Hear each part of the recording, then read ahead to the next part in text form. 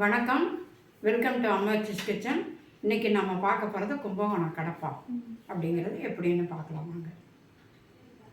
கும்பகோணம் கடப்பா செய்ய தேவையான பொருட்கள் பார்க்கலாங்க. ஊற வச்சு கழுவி சுத்தம் பண்ண பாசிப்பருப்பு, இதெல்லாம் ஒரு கிண்ணம், 2 உருளைக்கிழங்கு நறுக்கி கழுவி சுத்தம் பண்ணி வச்சுருக்கோம். தாளிக்கிறதுக்கு எண்ணெய், பட்டை, கிராம்பு அதெல்லாம் ஒரு ஒன்று போட்டால் போதும். 2 பெருஞ்சீரகம் வச்சுருக்கோம், மஞ்சத்தூள், தேங்காய், 3 பச்சை மிளகாய் வச்சுருக்கோம். இதோட 2 பொட்டுக்கடலை போட்டுக்கிறோம்.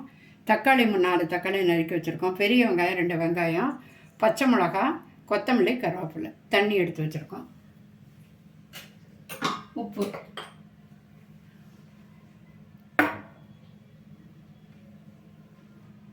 அதையும் சொல்லிடுறேன் முதல்ல.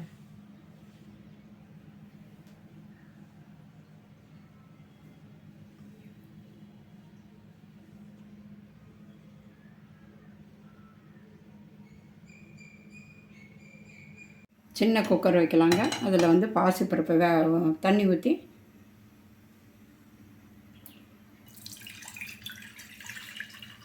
பாசிப்பருப்பை வேக விட்டுடலாம்.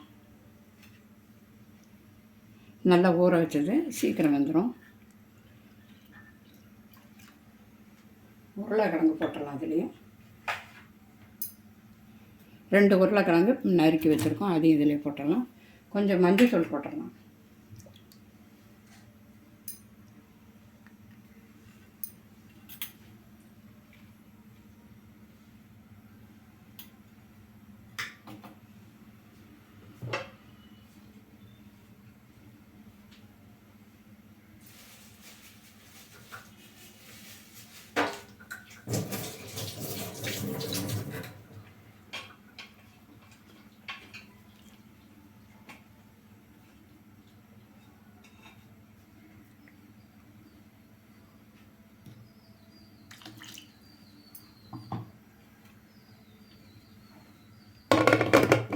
லாக் பண்ணி வைக்கலாம். இப்போ குக்கரில் வந்து பாசிப்பருப்பு போட்டு எண்ணெய் ஊற்றி இப்போ மஞ்சத்தூள் போட்டு உருளைக்கிழங்கு போட்டு வேக வச்சுருக்கோம். ஒரு 4 விசில் வந்து நிறுத்திடலாம். ஒரு 5 நிமிஷம் ஆகும். விசில் வந்து நிறுத்திடலாம். இப்போ பெருஞ்சீரகம் எடுத்து வச்சுருக்கோம், ஜாரில் போட்டுக்கலாம். 3 மிளகாய் போட்டிருக்காங்க, இந்த 3 மிளகாயும் உடச்சி போட்டுக்கலாம். தேங்காய் கொஞ்சம் 2 பொட்டுக்கடலை சேர்த்திருக்கோம், போட்டு மிக்சியில் போட்டு அடிச்சுக்கலாம்.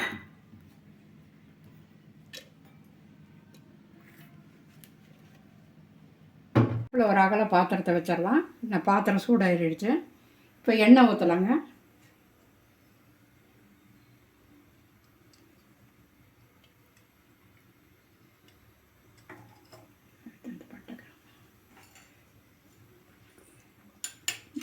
சொல்ல மறந்துட்டேங்க, ஒரு பிரிஞ்சி இலை கண்டிப்பாக இதுக்கு போட்டால் தான் நல்லாயிருக்கும். ஒன்று போட்டால் போடணும்.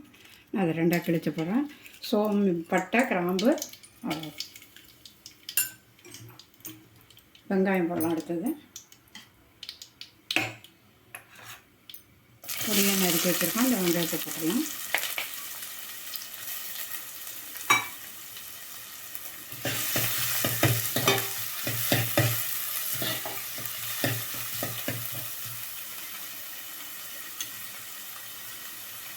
இந்த இடத்துல பச்சை மிளகாயும் போட்டுக்கலாம். ஒரு பச்சை மிளகாய் டேஸ்ட்டுக்காக நறுக்கி வச்சுருக்கோம், அதையும் போட்டு கருவேப்பிலை.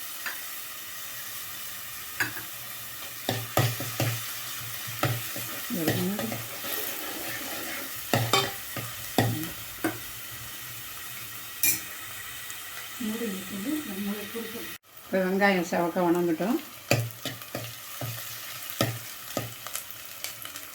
இந்த டயத்தில் தக்காளி போட்டுடலாம்.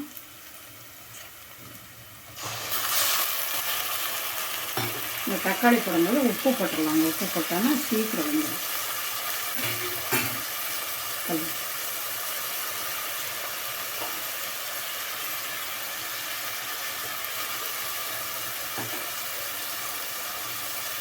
உப்பு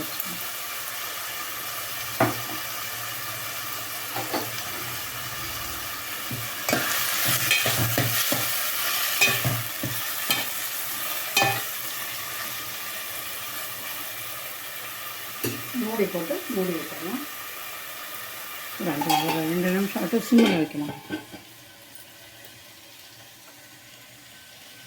இப்போ நல்லா வேக வச்சு நான் குழைய வேக வச்சுருக்கோம். உருளைக்கிழங்கு அதே போல் நான் 2 உருளைக்கிழங்கையும் உரித்து வேக வச்சு மசித்து வச்சுருக்கோம். தேங்காய், சோம்பு, 2 பொட்டுக்கடலை போட்டு தனியாக அரைச்சி வச்சுருக்கோம். கொத்தமல்லியை அரைச்சி வச்சுருக்கோம். இப்போ தக்காளி எப்படி வந்திருக்குன்னு பார்க்கலாம் வாங்க.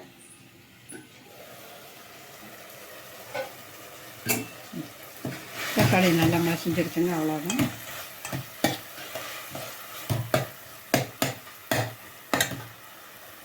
பாசிப்பருப்பு போட்டுக்கலாம்.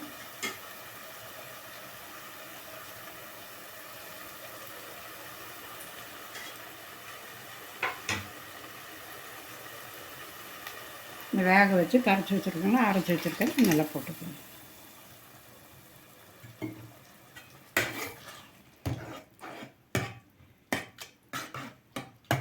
அதோடைய உருளைக்கிழங்கையும் போட்டுக்கலாம். இது நல்லா வேக வச்சு நல்லா மசிச்சு வச்சுருக்கோம், அதையும் போட்டுக்கலாம்.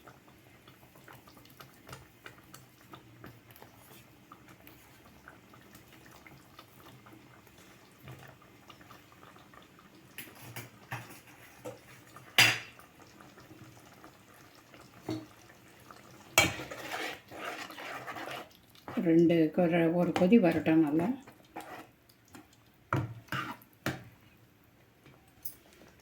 கொஞ்சம் தண்ணி இன்னும் விட்டுக்கணும்.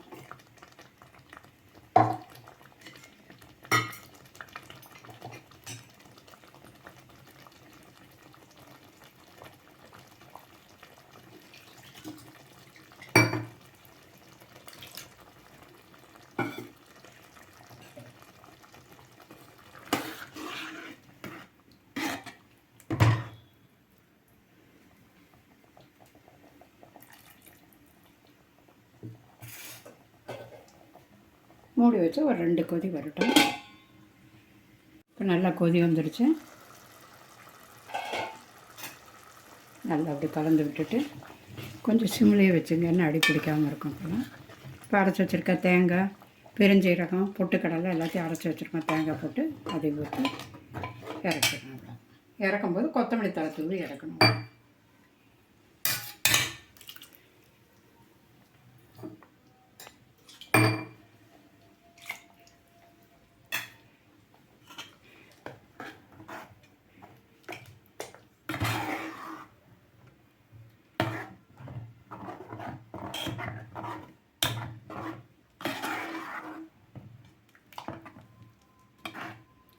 ஒரு 2 கொதி வரட்டும். கொதி வந்துருச்சுங்க, 2 கொதி. இப்போ நிறுத்திடலாம். ஒரு கிண்டி விடுங்க. ஏன்னா இந்த தேங்காயெல்லாம் போட்டிருக்கனால கொஞ்சம் அடி பிடிக்கும், அதனால் அடி பிடிக்காது. அதனால தான் சிம்மில் வச்சு செய்ய சொல்கிறது. பாருங்கள், அடி பிடிக்கல. இந்த கொத்தமல்லி நறுக்கி வச்சுருக்க கொத்தமல்லி தழையை போட்டுடலாம்.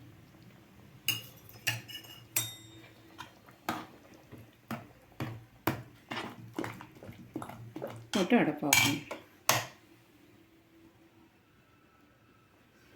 அப்புறம் இது வேறு பாத்திரத்துக்கு மாற்றிடலாம்.